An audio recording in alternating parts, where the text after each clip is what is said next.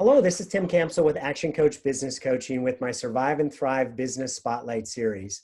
The purpose is to interview local business owners to get the word out about them through my social channels and email database.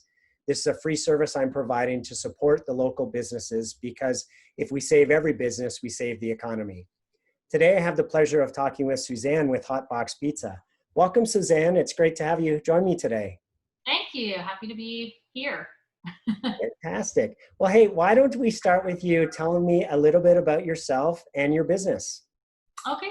Well, my name is Suzanne Flynn, as you mentioned, and my husband and I opened 3 HotBox Pizza franchises. We started in 2014 with the HotBox Pizza in Noblesville. And then a couple years later, we opened up HotBox Pizza in Muncie, right on the campus of Ball State. And then a couple years after that, we were ready to open another store, and actually the corporate HotBox had opened up a store in Westfield, and they thought it might be a good fit for us. So we actually purchased that store from them. So, yeah. Fantastic. Well, tell me a little bit about HotBox. What makes you different from other pizza places? So the man that founded HotBox Pizza, Gabe Connell, he's the owner of our franchise. He's based out of Indianapolis, there in Broadville. And he kind of wanted to start something that was kind of an anti-pizza establishment. So we don't do some of the traditional marketing, television and radio, and our focus demographic is really 20 to 25-year-olds. But that also encompasses young people. So I know young kids that are in elementary whose parents have them eat HotBox, and so they like HotBox, so they kind of grow into that model. And then you have people like me who have grown out of that model, but we still say, oh, I ate HotBox when I was in college.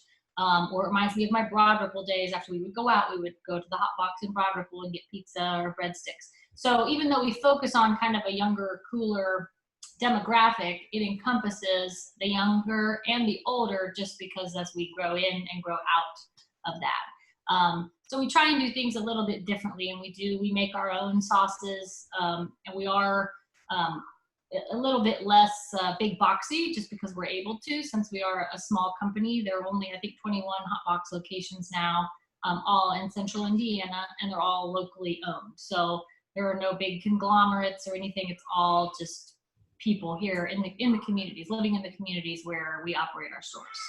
Wonderful.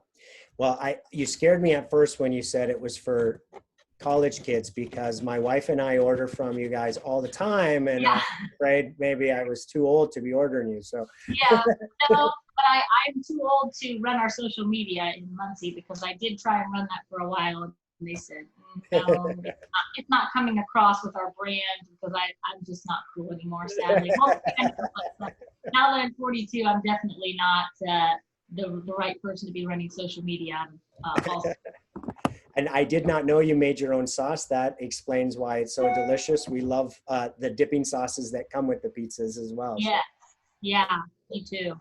So tell me again, I know you mentioned it earlier, but how long have you been in business? Since 2014.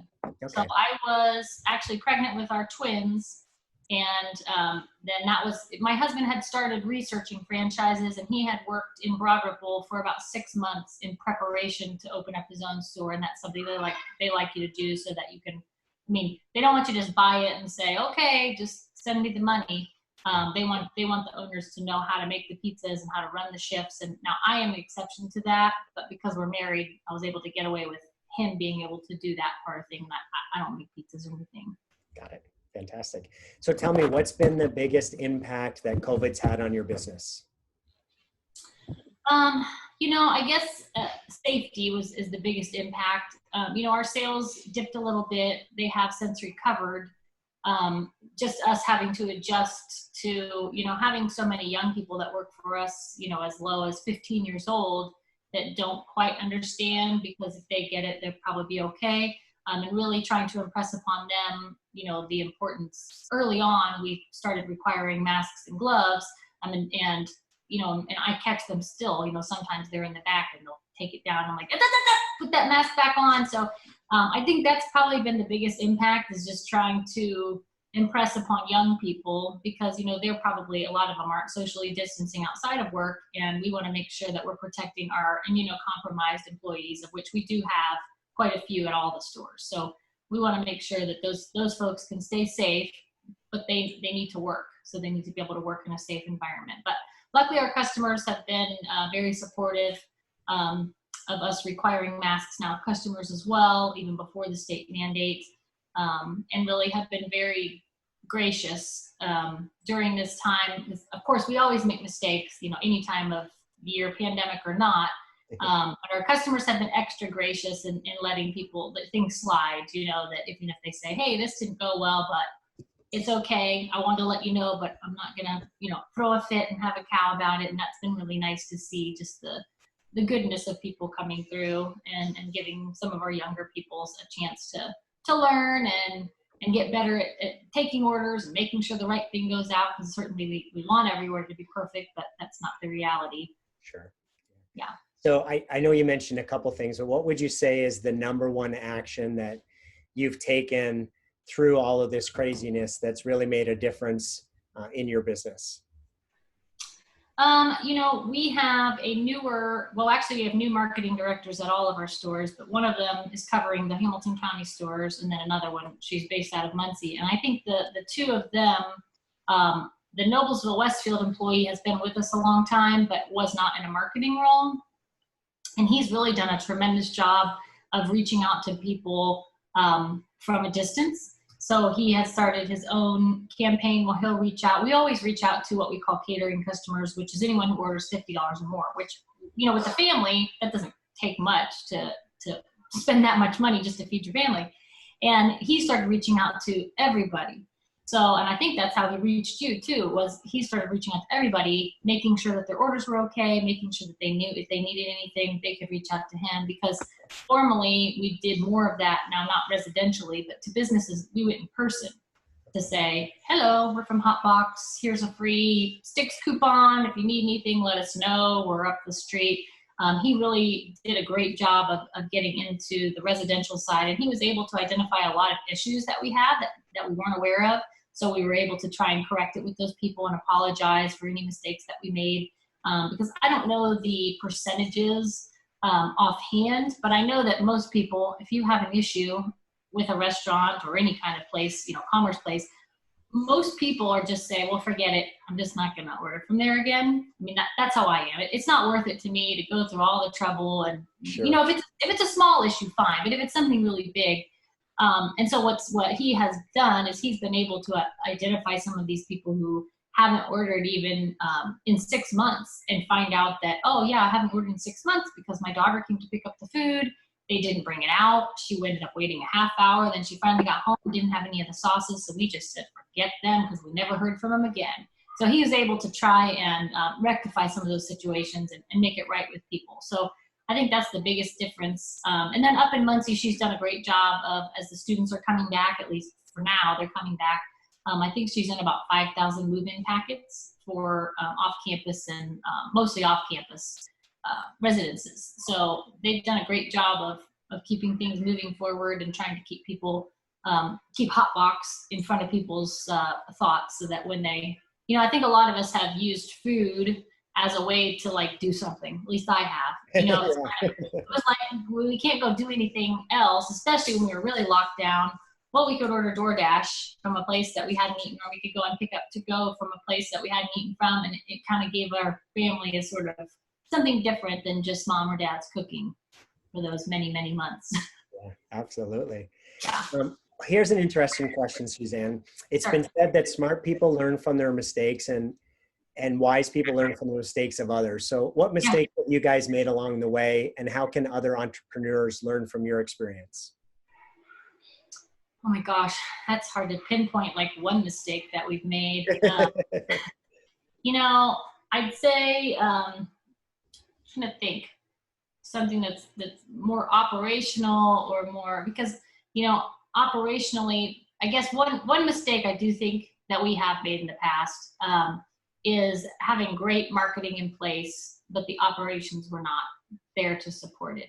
And that's something that that I think has really burned us at multiple locations, and probably other HotBox pizzas too, where we had, especially at the beginning, I was doing all the marketing for Noblesville, and I was going out and saying, we can definitely do that. We'll do that. I'll take care of it. And then when I would say, hey, well, how did it go? They said, oh, not good. It was late. The food wasn't right. We were missing certain things. And so we actually backed off of our marketing and said, okay, we're gonna hold off on that until we can get the operations really running well, because we don't want to get people convinced to order and then be disappointed once they do, because then they're like, you know, it makes you look like a liar, even though it wasn't my intention. But that's probably the biggest thing. And part of that was me not having a background in the operations side, of knowing what that particular team could and couldn't do. Right now, we probably have the strongest, well, we do have the strongest group of general managers as well as our district manager that we've ever had. So the stores are really running well. The employees are getting trained better than they ever have. So hopefully then, I think that's the biggest correlation with the marketing directors. You know, they're going out and doing all this work, and it's actually working, because then when people are ordering, things are by and large going well, and then it can kind of, you know, the cycle can repeat. He can follow up, they can say everything was great, and then he can move on, get them to order again. So absolutely. Well, thank you for sharing that. That's actually one of the biggest things that we coach businesses on, is don't turn on your marketing too soon, right? Make sure that you've got the basics of your operation in place, that you can consistently meet and beat customer expectations before you crank up the marketing and sales activity. So thank you so much for sharing that. Yeah, sure. Second last question here. So I'll have your email and your website address and contact information for people to be able to reach out to you. Is there anything else that I should add in this post, like any type of offer that you may have going? You know, so we do coupons, but we typically don't do coupons like a lot of places do. So we do mailers. We do every door direct mail through the post office, which I actually highly encourage any business to do, because it's a very inexpensive way. There are companies that will do it for you for cheaper. So they'll say, oh, we'll put a bunch of companies on the same postcard and then kind of split the cost, and then I make some money too, because that's my business and whatever.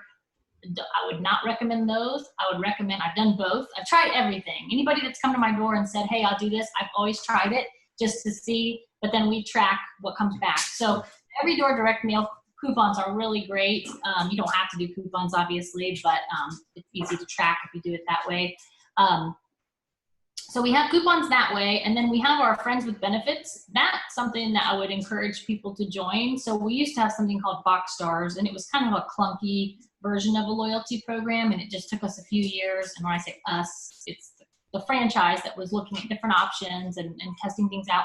So the one that we do is through a company called Punch, but it's called Friends with Benefits. That was named by Gabe Connell, our founder, and it's a loyalty program, and that's a great way to earn free stuff. Super easy, because if you're already ordering and you give your phone number, then you're going to accumulate more free stuff. Plus, we do campaigns. So I just did one that's starting on Sunday at all our stores. That's going to push out an email to everybody that's a Friend with Benefits from our 3 stores, you know, that picks that as a home store. And it'll say, hey, order any, I think it's any size pizza and get a free sticks. So if people were like, oh shoot, I was already going to get something to eat on Sunday anyway, now I can go and get some free sticks too. So I guess I would say the Friends with Benefits is probably the biggest way to be able to get some free stuff. Plus, we also will promote all of our HotBox holidays. So we just had Deal Day last Wednesday. Free Breadsticks Day is usually in November around election time. And then we've got Dollar Slice Day, which we canceled this year because it was in the middle of the pandemic. And we thought, no, probably not a good idea to have a bunch of people. And that was before we were all wearing masks too. You know, when they initially said you don't need masks. And, oh, no, you do need masks.